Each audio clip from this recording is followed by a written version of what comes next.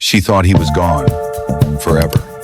Her body trembled as she leaned over him, his chest cold, his breath completely still. And then it happened. His finger twitched, just once. And in that moment, her scream echoed through the ruins, not out of fear, but out of hope, and something far deeper than that. What had she awakened? And what price would she have to pay to keep him? Dim light filtered through the fractured veins of the ancient dome above. Beneath the rubble, the alien girl lay collapsed across the human man's chest. Her tears hadn't yet fallen when his fingers stirred. She recoiled, gasping, eyes wide caught between panic and disbelief. No, no way, you're still alive? His body trembled slightly. Strange black veins began to crawl beneath his skin, as if a foreign energy were slowly taking hold inside him. But instead of fear, he smiled weakly, gently just enough to shatter something deep inside her chest. Why? Why did you save me? His voice was raw, each word dragged from the edge of death. She didn't answer. She only gripped his hand tighter, like if she let go, everything would vanish. I couldn't let you die, even if my people's laws forbid it. Outside, the wind howled through the ruins like a warning. In the distance, a red beacon cut through the dust, the scout ship closing in. She knew there wasn't much time left. If they find us like this, they'll kill us both. But in that moment, with her hand wrapped around his, and her heart too loud to ignore, Ish knew there was no turning back. The chamber was breathing, not with air, but with memory.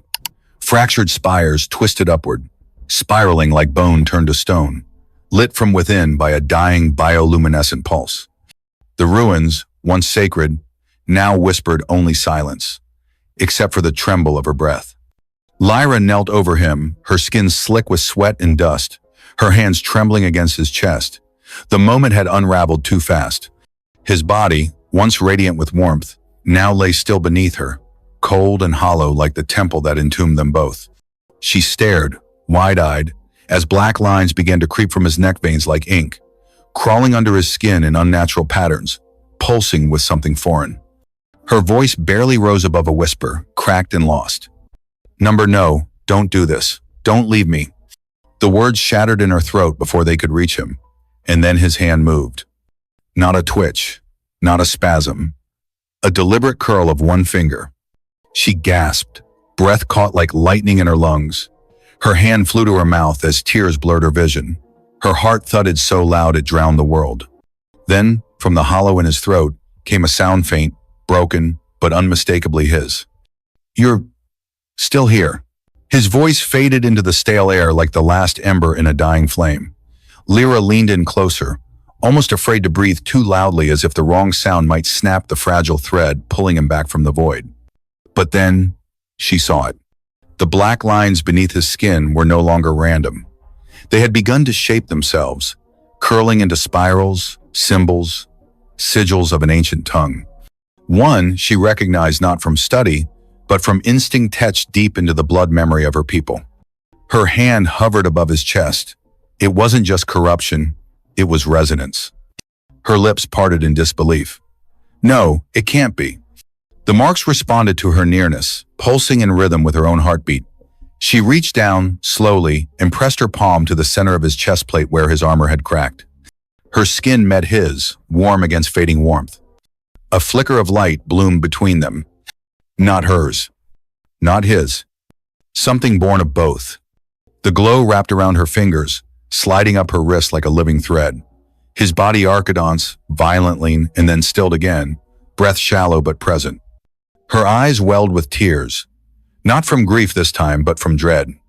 Because now she understood. This wasn't healing. It was binding. He hadn't just survived. He had changed. The air shifted subtly at first. Then came the low, vibrating hum of something mechanical beyond the ruins. Lyra froze.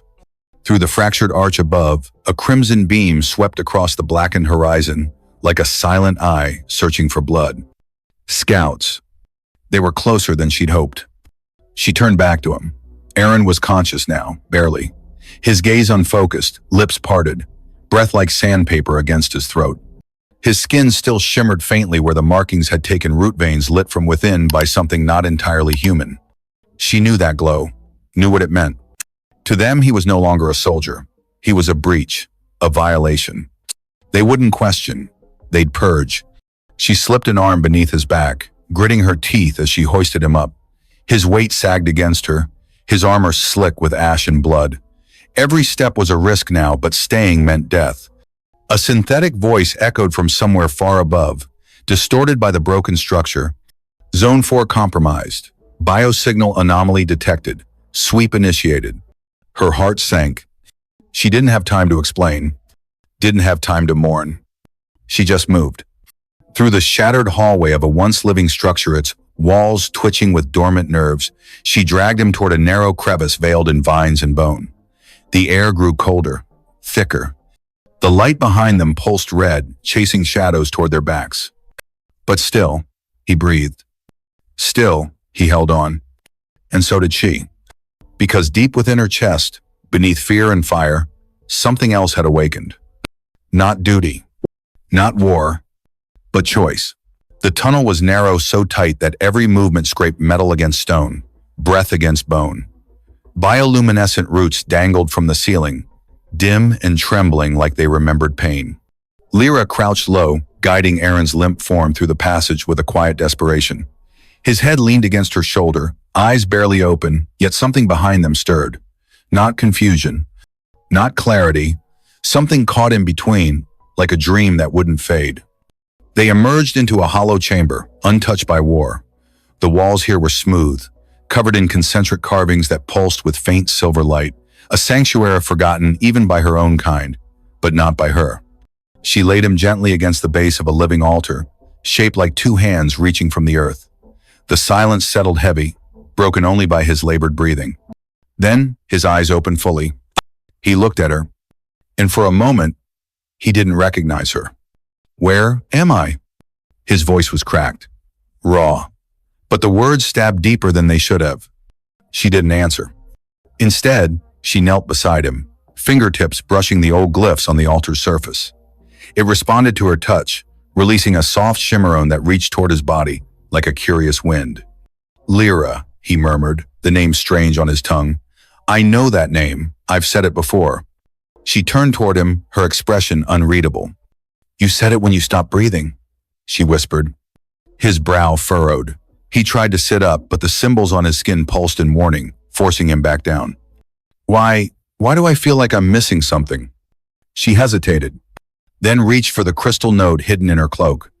It was small, jagged, and glowing from within, containing not data, but memory. His memory. "Because they made you forget," she said, "and I helped them." He stared at her. No rage, no betrayal. Just quiet, aching confusion. She placed the crystal over his heart. "This was ours," she said, "before the war, before they tore it away."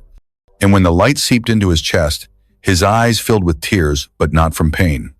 From something older. Something real. Something once called love. The chamber dimmed as the memory crystal dissolved into him. Not melted, not consumed. Merged. And suddenly, he wasn't just lying there. He was somewhere else, standing barefoot on a glass plain beneath twin moons. Her fingers in his, her laugh soft, unguarded. The wind had no name there.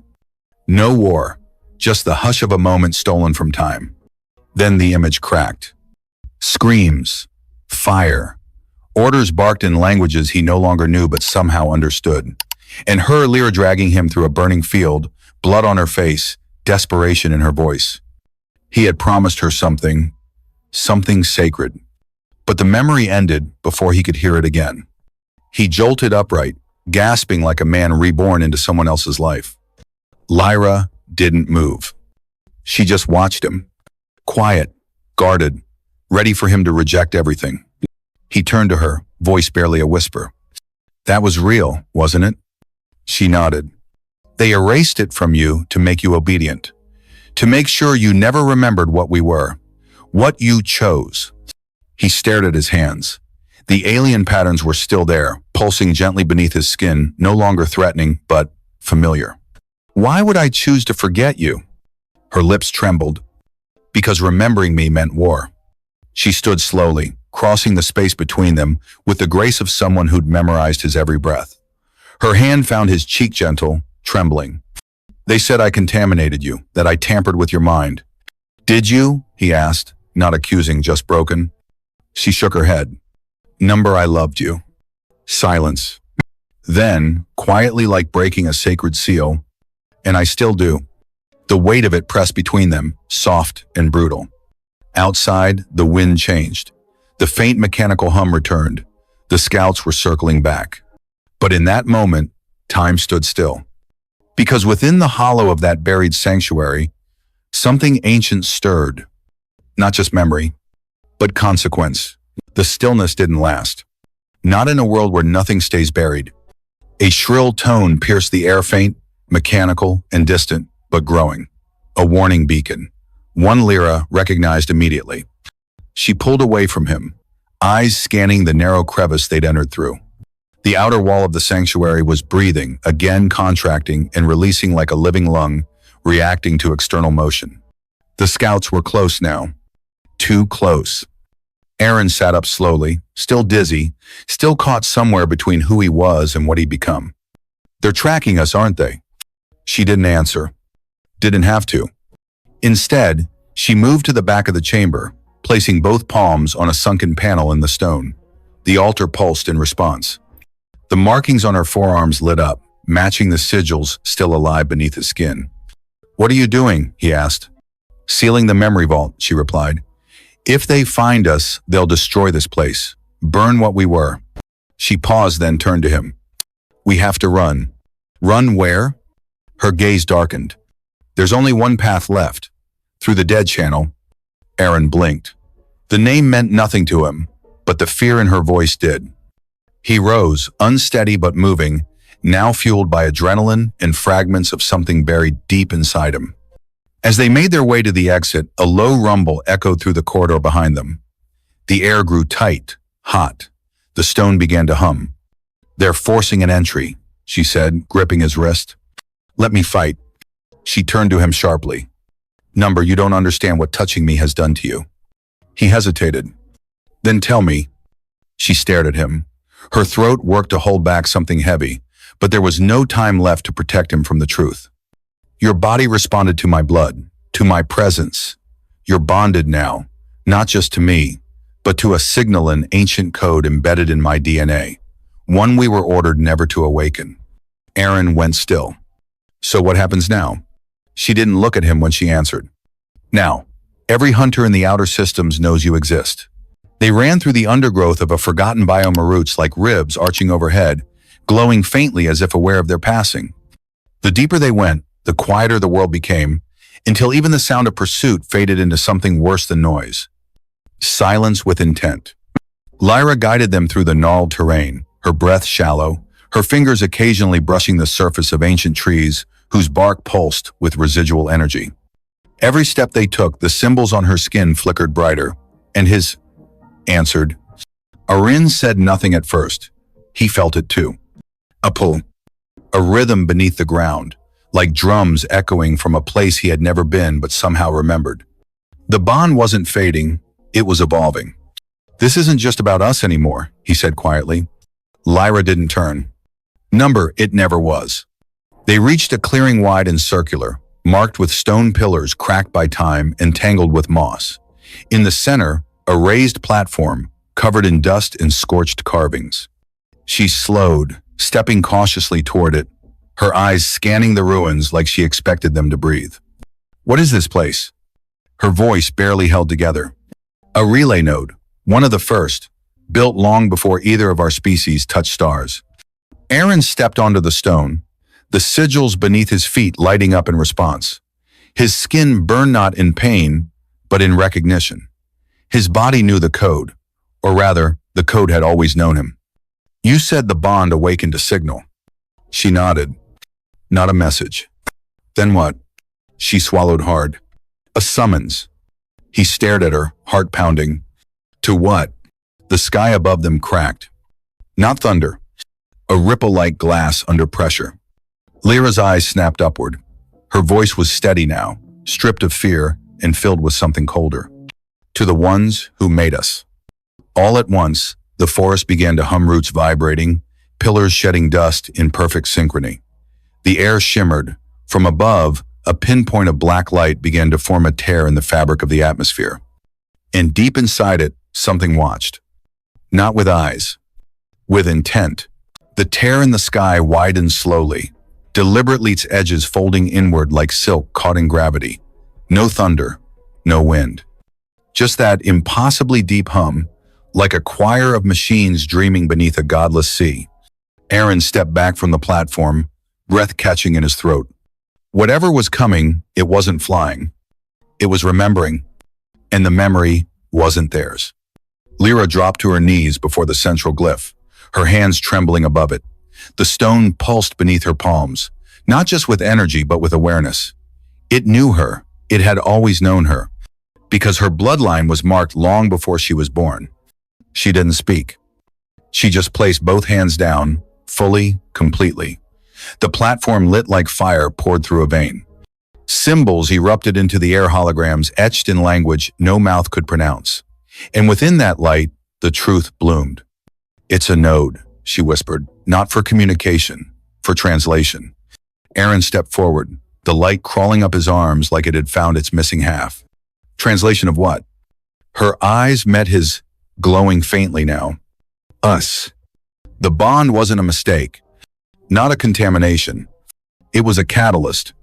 Every soldier, every emissary, every warning etched in their shared histories meant to prevent this one thing from happening. A human touching a descendant of the echo line. Not mating, not loving. Merging. The pillars around them responded, vibrating in perfect cadence. The forest still a devery branch, every root, every drop of moisture freezing in suspended attention. And the platform spoke. Not in sound, but through feeling. Memories not their own surged through Aaron's mind. A civilization of architects with no faces, builders of genomes, sculptors of obedience. The echo engine was theirs, buried in biological code, waiting for the signal. And they had triggered it. "We've started something we can't stop," he said softly. "No," Lyra whispered, "we are the stop." Above them, the rift tightened into a shape jagged, vast, and unmistakably sentient. It didn't need to descend, because now it had access.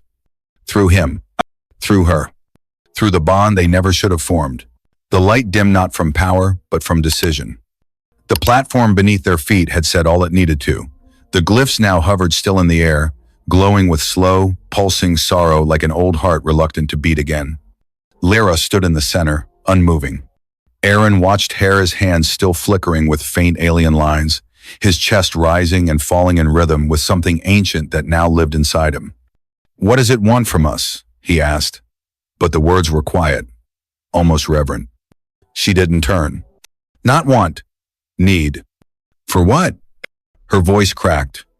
"Completion." The echo line, long dormant in her people, wasn't meant to survive this long. It had been a fail-safe, a memory storage system embedded in living blood, split across the stars, carried in fragments. Fragmented, until now. Their bond wasn't the end of a war. It was the reassembly of a weapon. And Lyra knew it. She stepped down from the platform slowly, walking toward him like she was walking through a graveyard of unspoken futures. "I thought I loved you," she said, "but now I wonder if that was ever mine to choose." Aurene reached out. "You're still you." "Am I?" she whispered. The bond between them pulsed like a second heartbeat. It wasn't romantic anymore. It wasn't even beautiful. It was real. Terrifyingly real. Because love had summoned something they didn't understand and now demanded a price they couldn't measure. "There has to be another way," he said. She gave him a look, not hopeless, not angry, but tired. "There always is. That's what makes this worse." Outside the clearing, the rift above twisted tighter, its edges flickering like a broken eye, struggling to stay open. The signal was calling. Time was thinning. Then the platform shifted. A new glyph appeared. This one, different. It shimmered in red. Not command. Not memory. Sacrifice. The echo engine had one last protocol. Either she severs the bond and loses everything they became, or it finishes its sequence. And wakes. Lyra stared at it for a long moment, then back at him. "You could walk away," she said. "Right now, they'll track you, but maybe not fast enough." "You think I'm going to leave you behind?" he snapped. "I think," she said, stepping closer, "that you have no idea what loving me has turned you into." And with trembling fingers, she raised her hand, placing it gently against his chest. The pulse answered. The glyph turned white, and the choice hung between them like a blade. The platform thrummed beneath them, slow and rhythmic, like the heartbeat of a god buried beneath the soil. The glyphant's red, now white, pulsed faster, feeding light into the chamber walls, into the roots above, into the sky itself. The signal wasn't just broadcasting anymore. It was preparing to become. Aaron staggered, one hand pressed to his chest. The pain wasn't physical, it was deeper cellular, like his body was shedding what it had been, making room for something not entirely human. His breath caught. The bond between them surged, heat spreading through his bones. He saw flashes behind his eyes. Not memories. Instructions. Code. He looked at Lyra. She stood motionless, face illuminated by the hovering glyphs, her expression unreadable. Warrior, healer, weapon, vessel. Everything she'd been trained to suppress was now demanding to be seen. "Tell me what it's doing," he said, voice rough. "It's copying," she whispered, replicating the bond, preparing to broadcast it everywhere. He swallowed, hard. "And if it finishes?" "We disappear," she said simply. "Not dead, not alive, just replaced. Our thoughts overwritten, our bodies repurposed. The machine doesn't need us. It only needs what we are." A pause. Compatible. The platform was glowing brighter now. A low hum grew into a vibrating chord, harmonizing with the glyphs. Dust rose from the floor, vines retracted from the walls. The chamber had become something new, a transmitter. And they were the frequency. Aaron stepped toward her. "Then stop it." Her voice broke when she answered. "I can't. Not alone." He reached out, took her hand. The moment they touched, the light stilled. The glyphs froze midair, flickering, confused. "Then let's do it together." She looked up at him, tear tracks drying on her cheeks, jaw clenched. "If we sever the bond now, we destroy the signal." "And us?" A long silence. Maybe just the part they made. The rift above them narrowed, sharply responding, reacting, fighting back. They stood at the center of the platform, hands linked, bodies barely holding together under the weight of what pulsed inside them. Not love anymore, not duty, but defiance. "Ready?" he asked. "No," she said, "but I am with you." And with that together they placed their joined hands into the heart of the glyph. Pain, pure and perfect. A scream that had no sound. Time folded, the air liquefied. And then, light. Blinding. Consuming. And silence. The light receded like a tide drawn back into the stars. And for a moment, there was nothing. No sound. No breath. No pain. Just darkness, soft, full, and strangely warm. Then came the wind. Real wind. Not artificial. Not filtered through war machines or temple vents. But earthborn, carrying the scent of moss and ash, life and death entwined. Aaron gasped. The air burned in his lungs like he hadn't breathed in years. He blinked. The world returned slowly, as if memory itself had to reboot. He was lying on the forest floor, beneath the shattered remains of the transmission spire. Its core was gone, melted down to a blackened crater, still steaming. Around him, the jungle trembled. But it was alive. Above, the sky was whole again. No rift. No watching eye. Just clouds. And sun. He turned his head. She was there. Lyra. Collapsed beside him, her skin pale and her eyes closed, but her chest rising and falling in steady rhythm. He reached for her hand. No glow, no signal, just skin. Warm. Trembling. Human. And not. Her eyes fluttered open. And for the first time, she looked at him without flinching, no fear of what they'd become, no weight of what they'd awakened. Just presence. "Is it gone?" he asked. She nodded weakly. We severed the engine. It can't use us anymore. He stared up at the sky. Then why do I still hear it? She smiled faintly. Because it hurt us too, and it's remembering. They lay there in silence, broken pieces of something ancient scattered around them like bones. The glyphs were gone, but the marks on their skin remained faded, ghost-like, burned into them like the last echo of a dream. What now? He whispered. Lyra turned her head, met his gaze. We walk away, she said, but we never look back. And so they did. Step by step through the overgrowth into a world that had changed without permission because of two people who weren't supposed to find each other and did. Behind them, the jungle smoldered. The fire was fading, but something in the soil still stirred. Not threat, not promise, just memory. Waiting, she thought he was dead.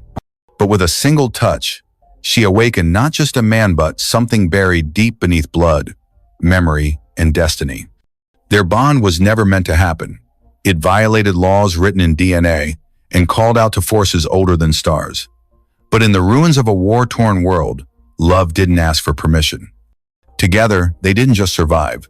They rewrote the signal meant to control them. They chose each other, even when the universe demanded otherwise. And now, they walk a future no one predicted. One where their names once erased may echo louder than the ones who built the stars. The signal has been severed, but the memory remains. ATA.